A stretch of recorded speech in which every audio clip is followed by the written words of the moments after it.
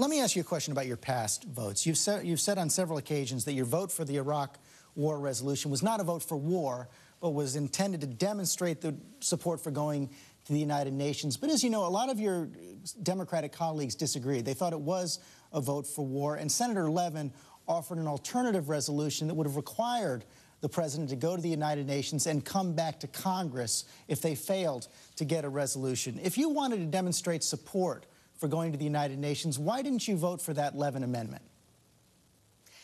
For several reasons. First, historical reasons. You might recall that when my husband wanted to go and do what was necessary to end ethnic cleansing and to stop the spread of violence in Europe, he tried to get congressional approval and under the Republican Congress was unable to do so. He thought it important to put together a coalition for Bosnia and Kosovo, which he did. I think that there has to be a delicate balance here. I don't believe we should give veto power to the United Nations or any international group, although I certainly favor being involved in and working with and building up Senator Levin denied that that was giving the forces and groups.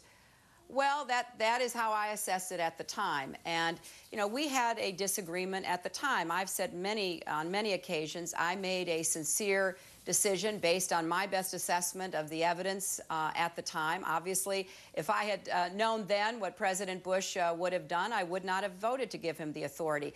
But the real issue now is, what do we do going forward?